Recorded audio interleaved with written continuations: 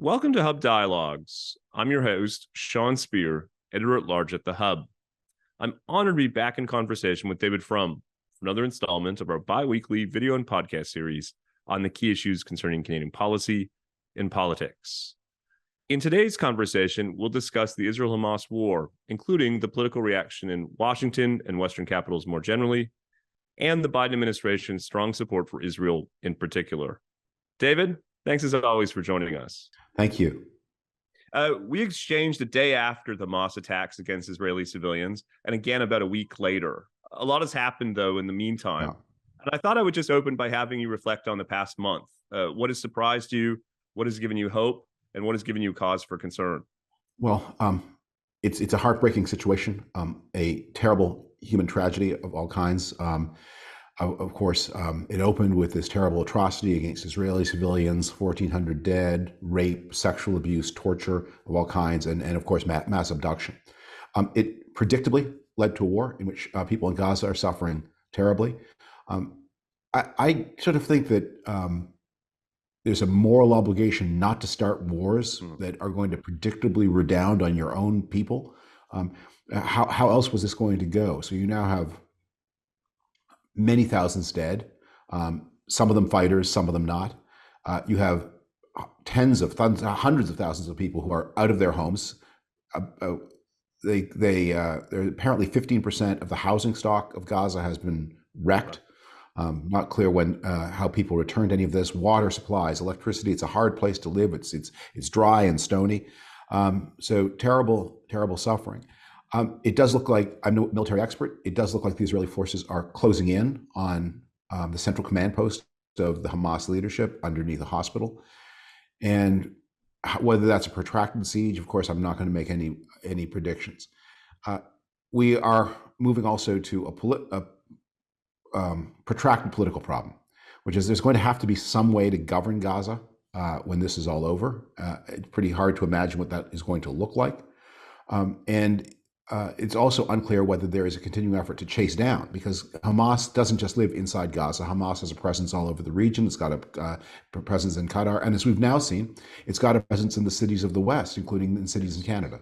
Yes, that's a good segue to my next question. When we last spoke, we discussed the pro-Palestinian protests and rallies in Canada and elsewhere. In the ensuing month, not only have these demonstrations become larger and more aggressively anti-Zionist, but we've witnessed growing acts of intimidation and violence towards Jews, including in Canada. As a liberal and a pluralist, David, I've struggled to come to terms with these developments. So let me put it to you. How should we think about the tensions between affirming the rights to assembly and expression on one hand, and ensuring that our Jewish citizens are safe from threats and intimidation on the other? Can I evade that question and answer a completely different but related question? Of course. One of the reasons this situation is so intractable, if what you had in the streets of Toronto was marching north on University Avenue, a pro-Palestinian march where people are peacefully, in an orderly way, showing placards and demonstrating their point of view, and in the southbound lane, there's the pro-Israel march behaving equally politely and respectfully, then you would see this. You could imagine how this difference, however big it looks, gets mediated. But the problem is that these pro-Palestinian marches in Canada and other places take the form of violence. And my own fear is that the method of the protest reveals more about the content of the protest than any of the slogans. That is, the violence is the message. Yes. And so it's pointing to the intractability of this problem, because what you have are people for whom, look, the violence obviously isn't working. The violence has not worked. I mean, how far back do we want to go? Palestinian violence failed them in the time of the Second Intifada. It failed them at the time of the First Intifada. It failed them in 1947-49. It failed them in 1935 in the under the British Mandate. At some point, you would realize politics is the answer, not violence. But the violence is so intoxicating, and especially for critics of Israel in the West. They are called pro-Palestinian. I think it's the violence they love, not the Palestinians. The Palestinian interest is make the best deal you can, create an economic unity with Israel, free flow of people, goods, and services across borders, mutual prosperity. That's what I would think, if they were ever allowed to vote on it, most Palestinians in the West Bank and Gaza would want. But there are people who find it exciting to imagine and Israel as a stand-in for other things they want to wreck. It's just the excitement of the wreckage, and it's not serious. That's why these demonstrations go on college campuses for a week or 10 days, and then everybody forgets about it, because they don't actually want to live in the revolutionary situation they're recommending to others. But that's the attraction of the cause, and that's what makes it so hard to see how does this come to a resolution. Let's turn to politics then. And in particular, American politics. President Biden and his Secretary of State, Tony Blinken, as well as others like Senators John Fetterman and Bernie Sanders, have been rock solid in their support for Israel. Are you surprised, David, on how strong the administration has been? And what do you think accounts for it? Well, first, there's in some conservative circles, there's a lot of glibness about equating the Democratic Party and the liberal mainstream with the left. And I think it has been demonstrated those are very, very different things. And I think what we've also seen is something that was, I think, evident during the Obama administration, which is Biden's views of foreign policy are more traditional in the Democratic mainstream than President Obama's were. I mean, former President Obama has been voicing his discontent with Biden's policy, and Biden is very much in the Truman, Humphrey, John F. Kennedy tradition of the party, and Obama was not so much so. But Biden's leadership has reaffirmed that Truman, Humphrey, JFK tradition, and that's, I think, where party has been, and I think they're benefiting from it. I mean, there's a lot of attention to the discontent on the margins of the Democratic Party. There are a lot of stories that show that they're suffering certain losses on their progressive edge. But what people keep forgetting, as they point out, is all the surveys about American public opinion indicate that in this conflict, Americans are 3-1 or more with Israel. That margin is growing as the war extends. And Biden has been actually executing a drift and pulling his party after him to where the American majority is, to where the American center is, and away from where the American majority and the American center are not. We'll come to the politics, because I think what you've done there, David, is to outline something of a contrarian view that that the politics for the administration may be better than is widely believed in certain political circles. But before we get there, I want to take up your comments about President Obama. Today, November 10th, Globe and Mail columnist Conrad Iacobucci wrote about former President Obama's recent commentary on Israel and Palestine, and as you say, how it distances him from President Biden, and how that is harmful for the president. Iacobucci writes, let me put it to you, quote, "The former president's comments have also made it harder for Biden to hold together a fractious Democratic Party whose progressive wing embraces the Palestinian cause, just as he embarks on a 2024 re-election campaign that promises to be brutal. In that respect, they play into the hands of the frontrunner for the Republican nomination, Donald Trump," unquote. What do you think of those comments, David? To what extent is President Obama's positioning on these issues doing harm to President Biden and his re-election prospects? To the re-election prospects, I think very little, because I think that these are very subtle distinctions that are grasped by people like Conrad, but and we're talking about them. I don't think they're going to be electorally significant, especially since I very much doubt that Obama will choose to make any kind of public issue about them.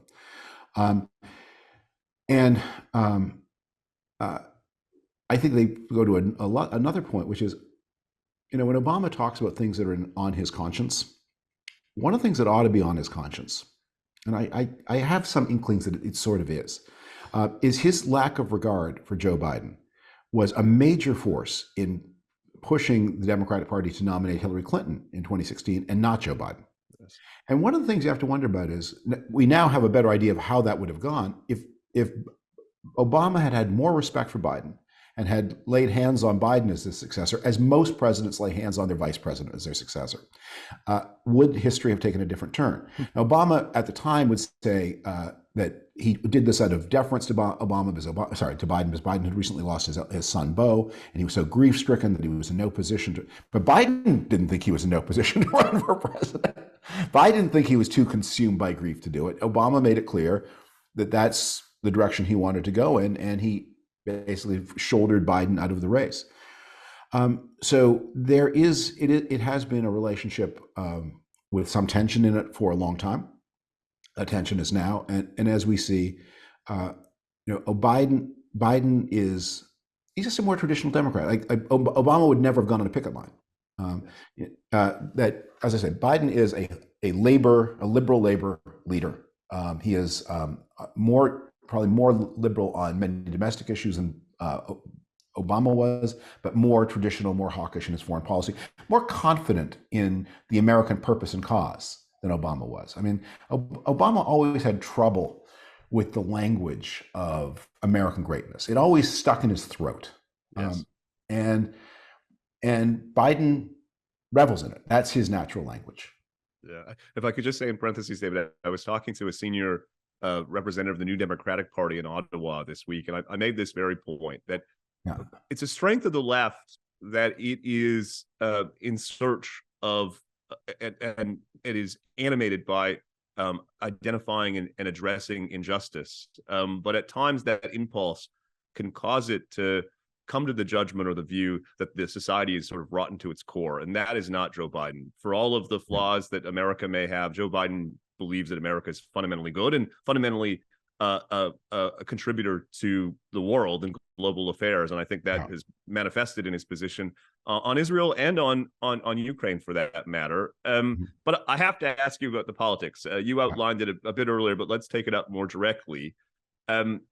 The common view is that the politics are bad for Biden, that his support for Israel is harming him with key Democratic constituencies and may even put the state of Michigan in play. Why do you think that political analysis is wrong? Okay. Look, it's not impossible that it's right.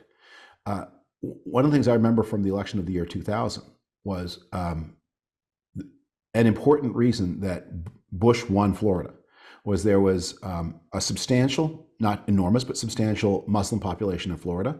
And polling suggested that although historically that had been a Democratic constituency, they voted 80% for Bush in 2000 because they were repelled by Joe Lieberman being on the ticket with Gore. And the Lieberman choice may have cost the ticket Florida and thus the election. So small effects driven by these kinds of animosities can have an impact. Not impossible that could happen in Michigan. Not impossible. But Biden's superpower has always been that he understood the limits of the Democratic left. And it is what I would ask when people make this point, say, when you look at the Republican Party, the critique of the Republican Party is why is this party so enthralled to all these tiny, weird pressure groups? Can't they see where the great majority of American public opinion is? What is it about them that prevents them from saying to these groups, look, you represent a slice of American life, but we're going where the big game is, not the small boutique game.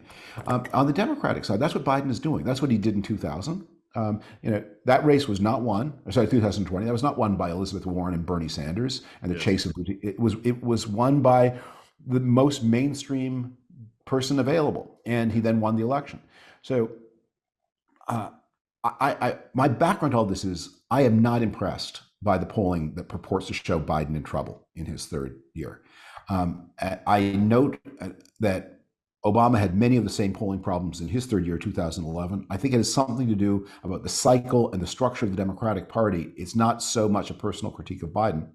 And I think he's in a position where he not only is going to be closer to the center than Donald Trump is, but he's going to have another secret advantage. There's some people who think that 2024 will be a less intense election than 2020. Turnout may come down. We've had some very high turnout elections. And 2016 was high, 2018 very high, 2020 very high, 2022 quite high, although 2022 was not as high as 2018.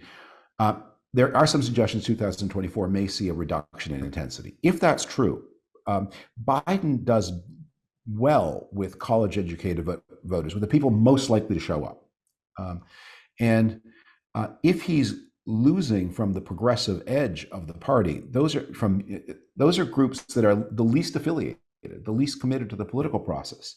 And you always want, I would always trade 3 votes from people who show up even when it's raining for 1 vote for someone who will not show up if it's raining. Yes. To the extent that these issues represent coalitional challenges for President Biden, I would submit to you that they represent broadly similar ones for Canadian Prime Minister Justin Trudeau, and yet their responses have been quite different. The Prime Minister has been far more circumspect in his support for Israel, and now his Foreign Minister is even speculating about a mediated negotiation with Hamas. Yeah. What do you think explains the difference? Well, they are very, first, there are different political systems, and the incentives are slightly different. That there is a bigger anti-Israel constituency in Canada than there is in the United States. And Justin Trudeau is more dependent on that coalition. They supported him in all his previous campaigns, whereas Biden won the Democratic nomination in 2020 without and despite those people. I think there's something else, which is Justin Trudeau, I think, is a man with certain foreign policy attitudes, but I don't think he has. I've been watching him since October 7th, and I think his basic view has been looking around at rancorous, clamorous oppositional group and said, what do I have to say to make everybody like me? And so it's just a series of pivots from one to another, pleading with one group not to be mad at him, then pleading with another. But there's no impetus of his own. I think to the extent that he has an impetus, it's probably where Obama is. But whereas Obama has really thought about it and really cares about it, and it's central to his political persona, I think Trudeau is not a globally minded politician. He's very local. Even by Canadian standards, he's very local. And so I think a lot of this is just about, what do I have to say today to keep this problem from my door? And then, oh, that didn't work. Well, let me think of another thing to say tomorrow.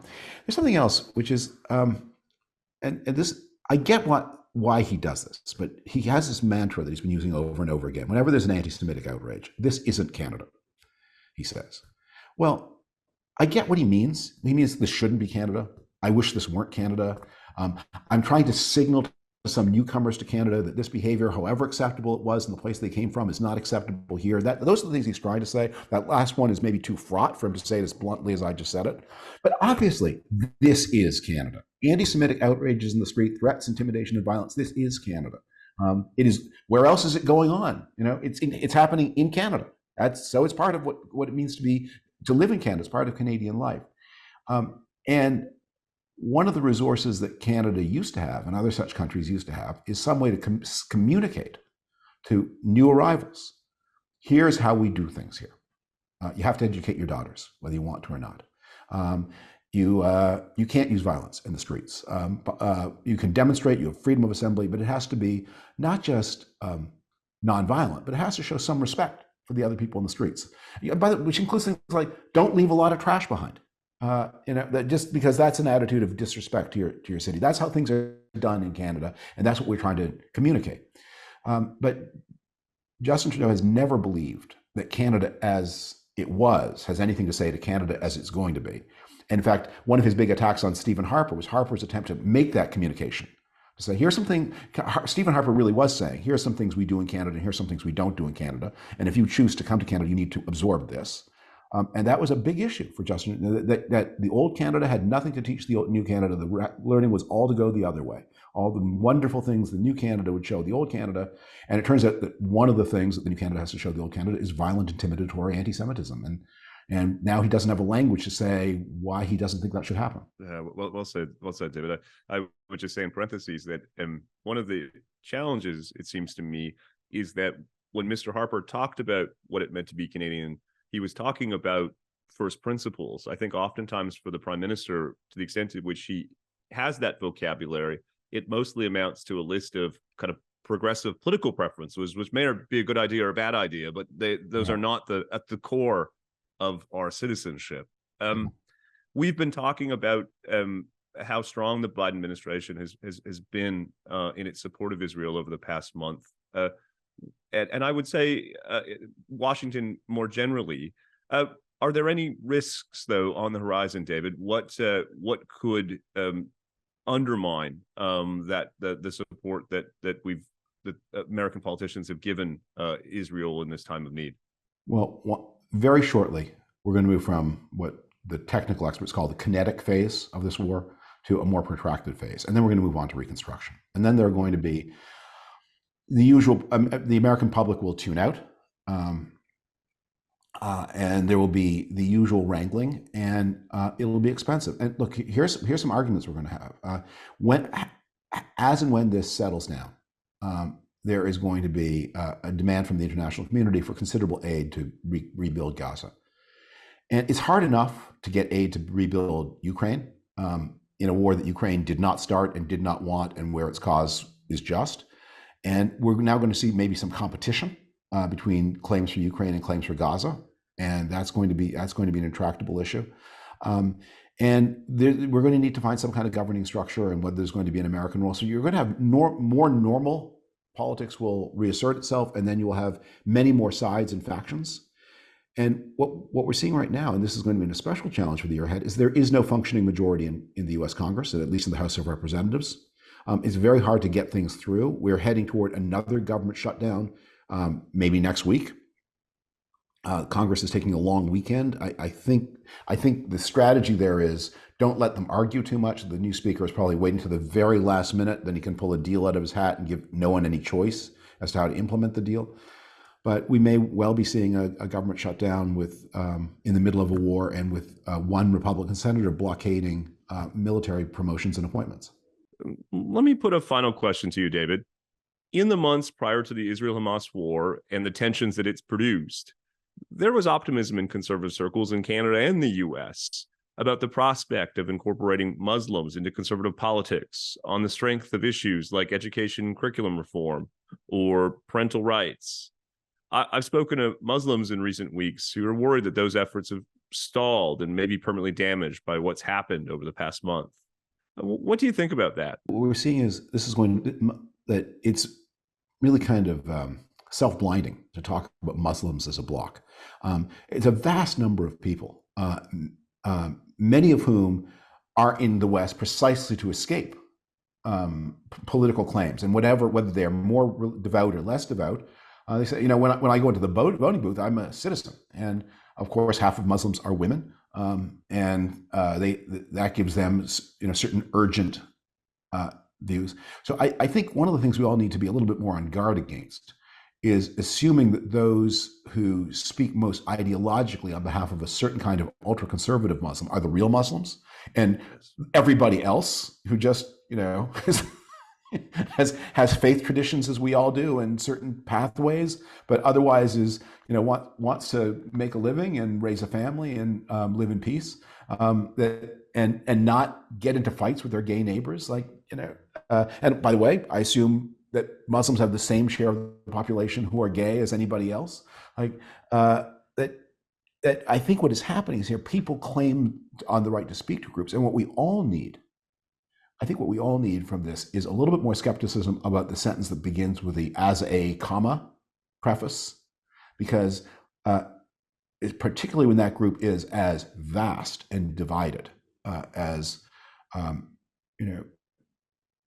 Persian Canadians, Iranian Canadians, they may not be as keen on some of the claims that are made by the most religious groups, the most devout, the most reactionary. There's everybody else. And I think one of the reasons why certain kinds of extremist groups try to take over the public square with the violent, intimidating methods that they do is to chase everybody else out of the public square. That they create an illusion of where they can create the appearance of support because they frightened other people into not speaking.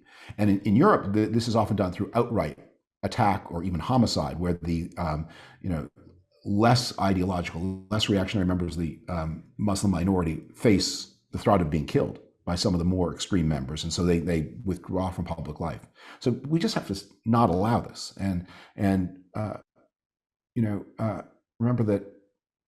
Look, in all our faith traditions, most people want to lead a decent life, and most people who have made the decision for a place like Canada, the United States, very much want what those countries have to offer, and that includes tolerance in all kinds of ways. Well said. What a wonderful way to end today's conversation. David, I want to thank you for joining me, and I look forward to catching up in a couple of weeks.